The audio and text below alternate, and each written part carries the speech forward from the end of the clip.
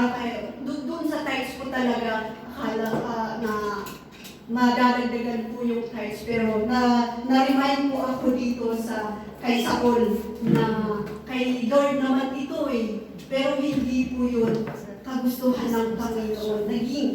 Naging curse yun kay Saul. Kaya kung babasahin po natin doon na dito, verse 22, sinabi ni Samuel, akala mo ba higit na magustuhan ni Yahweh ang handog at hain kaysa ang pagsunod sa Kanya?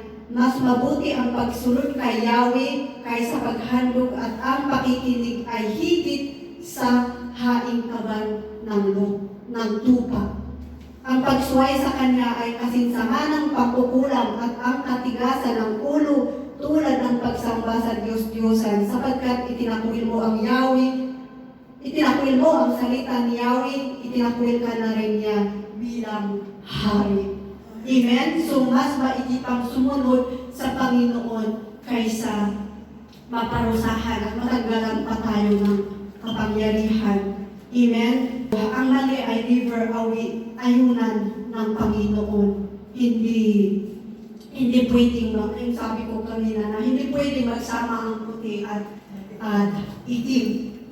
So, ang gusto ng Panginoon is magiging obedience po tayo completely. Magiging buo kasi yung paghati-hati, yung pag-uobey po natin, it is never an obedience to God.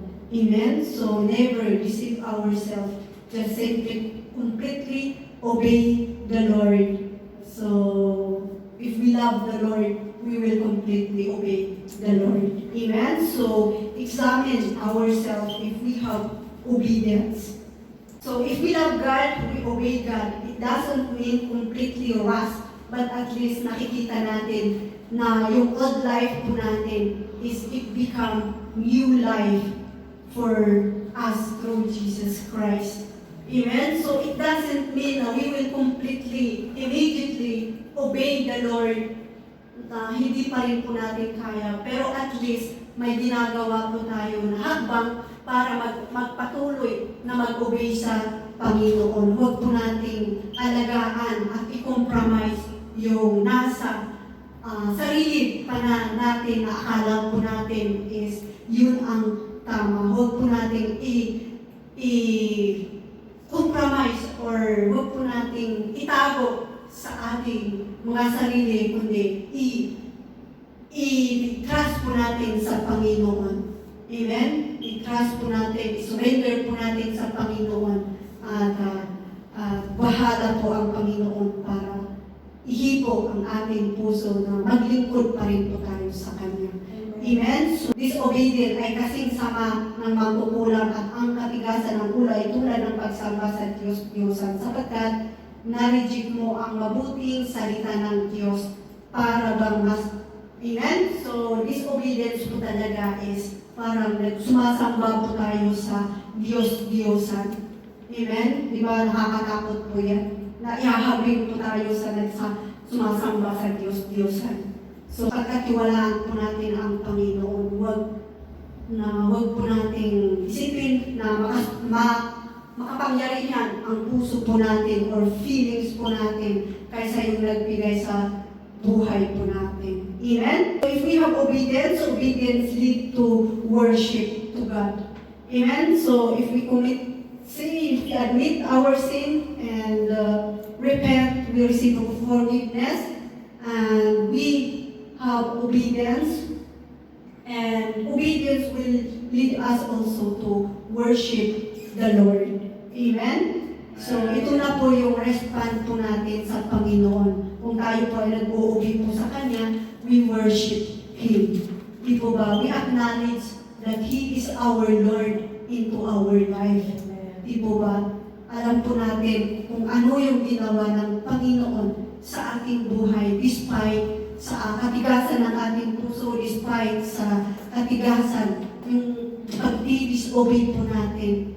Pero if we repent and we obey the Lord, we continue to worship the Lord. Amen? Purihin siya para magpatuloy na i-reveal ang kanyang plano at kung ano pa ang plano niya sa sa future. Inawit po natin kanina, araw-araw na purihin ang Panginoon. Di po ba? Araw-araw, araw-araw, puri sa Diyos. Amen? So amen. So, we worship Him because we know already He loves us. He is our Lord. He is our Savior. He gives us peace and He gives us life. So, some of us don't worship God because they don't know God in their personal life. Diba? So, karamihan din na maraming hindi nagpupuri sa Panginoon dahil hindi po nila kilala ang Panginoon sa kanilang personal na buhay. Alam nila na may Diyos, pero hindi po sila nagpupuri sa Panginoon. Amen? So, the more we know the Lord in our lives, the more we know, the more we worship Him. Amen? So, balik po tayo kay David. So, sa lahat ng ginawa ni David sa kanyang mga kasalanan, di ba na yung he repent, he obeyed the Lord, and he worshiped the Lord. Sa lahat ng kanyang pinagdaanan, he truly worshiped the Lord. Amen? Kaya sinabi doon sa 1 Chronicles 29, verse 10 to 13. Sabi niya, sa harapan ng mga tao'y tuwang-tuwa si David na nagpuri kay Yahweh. Sinabi niya, purihin kayo magpakailanman. Yahweh, ang Diyos na Israel. Ang Diyos na Israel na aming Ama. Sa inyo ang kadakilaan, ang kapangyarihan, ang karangalan at ang pagtatagumpay sapagkat inyo ang lahat ng nasa langit at nasa lupa. Sa inyo ang kaharian at kayo ang dakila sa lahat. Sa inyo nagmula ang kayamanan at ang karangalan at kayo ang naghari sa lahat. Taglay ninyo ang kapangyarihan at kadakilaan at kayo ang nagbigay ng lakas at kapangyarihan sa lahat. Pinasalamatan namin kayo, O Diyos, at pinupuri ang inyong maluwalhating pangalan. Amen? So, pinuri ni David ang Panginoon. Kinilala na niya ang Panginoon na sabi niya dito na no one is greater than God. Everything belongs to you, Father. All riches and wealth come from you. And amen? So, kaya nararapat na ikaw ay pasalamatan magpakailanman. Amen? So, kinilala ni David kung sino ang Diyos sa kanyang buhay, kaya niya pinupuri ang Panginoon. At kung babasahin din po natin, tuloy-tuloy is, sinabihan niya yung mga taga-Israel na huwag niyong kaliligtaan na purihin ang Panginoon. Amen? So, dahil doon, David made a mistake and God redeemed him and He blessed David. Amen? So, kahit ano yung pagkukulang po natin, nothing is impossible with God, na He will redeem us, He will renew us, He will restore us. Amen? So, huwag po tayong mawala ng pag-asa. May pag-asa po tayo kung akala po natin, wala nang kapatawaran yung pagkakasala po natin or yung failure po natin, pagkakamali po natin. But the Lord, just trust the Lord. Mahirap man, pero kailangan po natin gawin ito dahil ang Diyos lamang ang nagbigay ng ating buhay. Siya lamang ang makakapag-ayos ng ating puso na liko. Amen? Na liko-liko. Kaya kung sinabi ng Panginoon, mag-U-turn ka na sa kasalanan mo, di mag-U-turn ka and move forward. Huwag mo nang balikan ang nakaraan. Amen? Praise the Lord. So, God is a loving God. Amen? So if we admit our sin to Him, our worst, He will turn it into a blessing. So whatever our failure, bitterness, angerness, unforgiveness, disobedience, or yung pinaka-worst po ng buhay po natin is admit to God, surrender to God, and repent because only God will restore us and He will never reject us.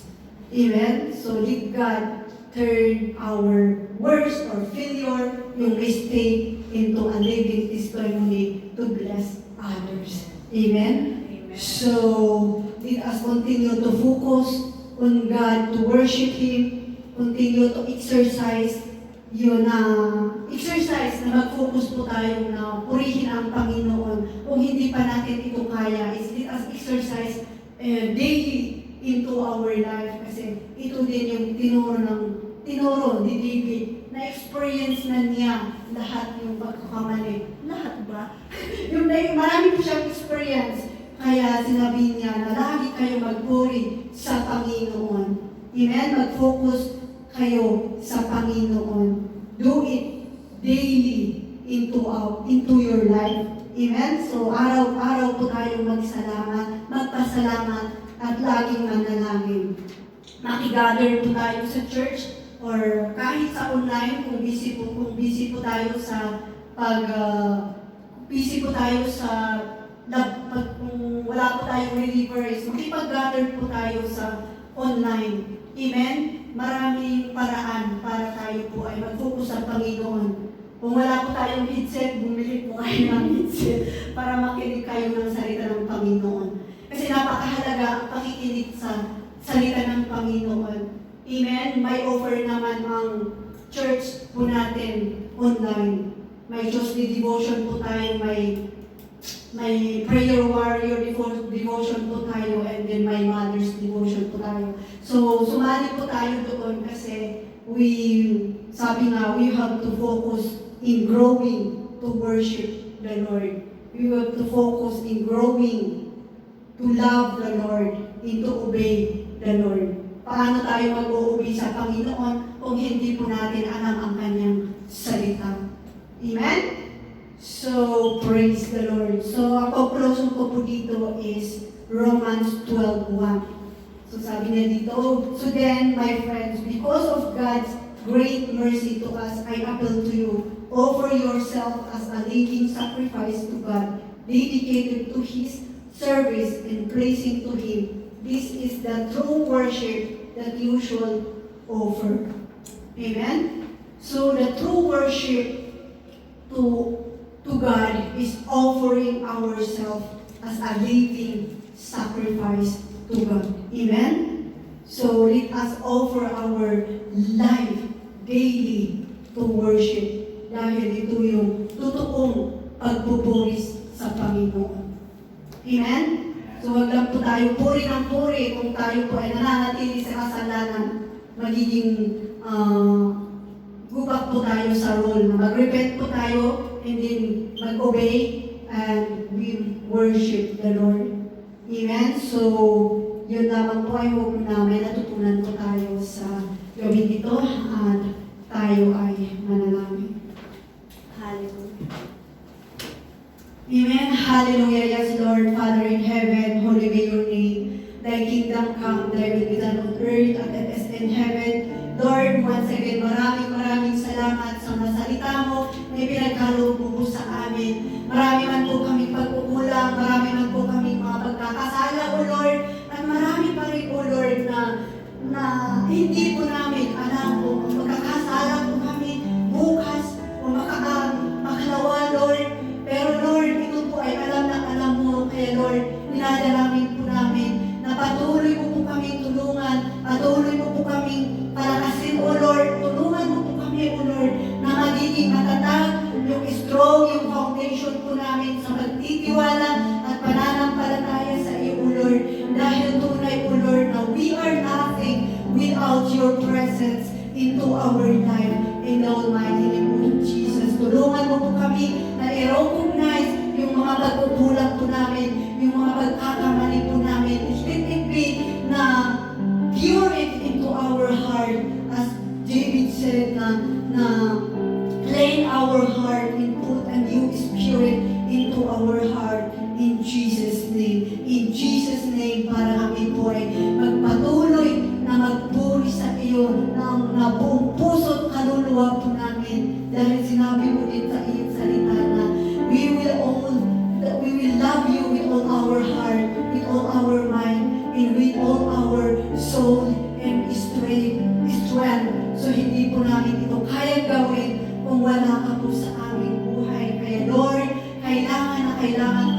namin sa aming buhay. Na Lord, ituwid mo, O Lord, ang aming pagtitiwala at pananampalataya sa iyo na nawa ito po ay magiging tama and we will become an influence also to other people.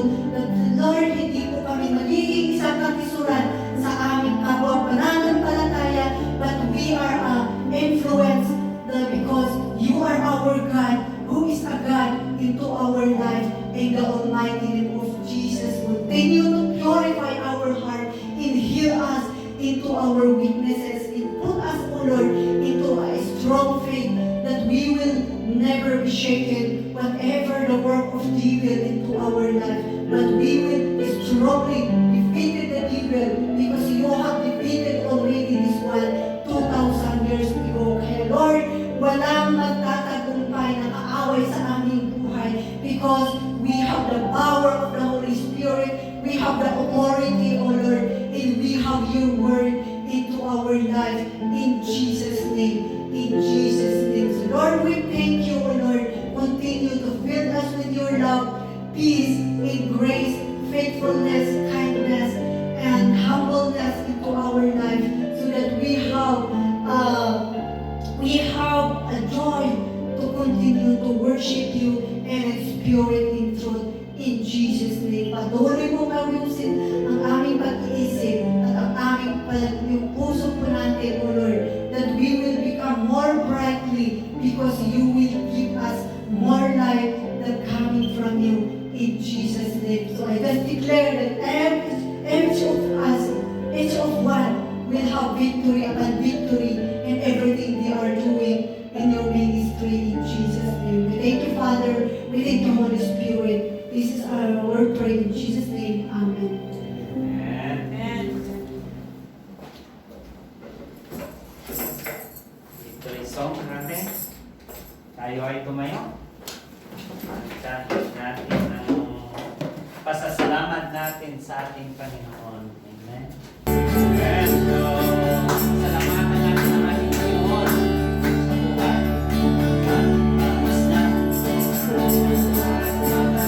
sa buhay.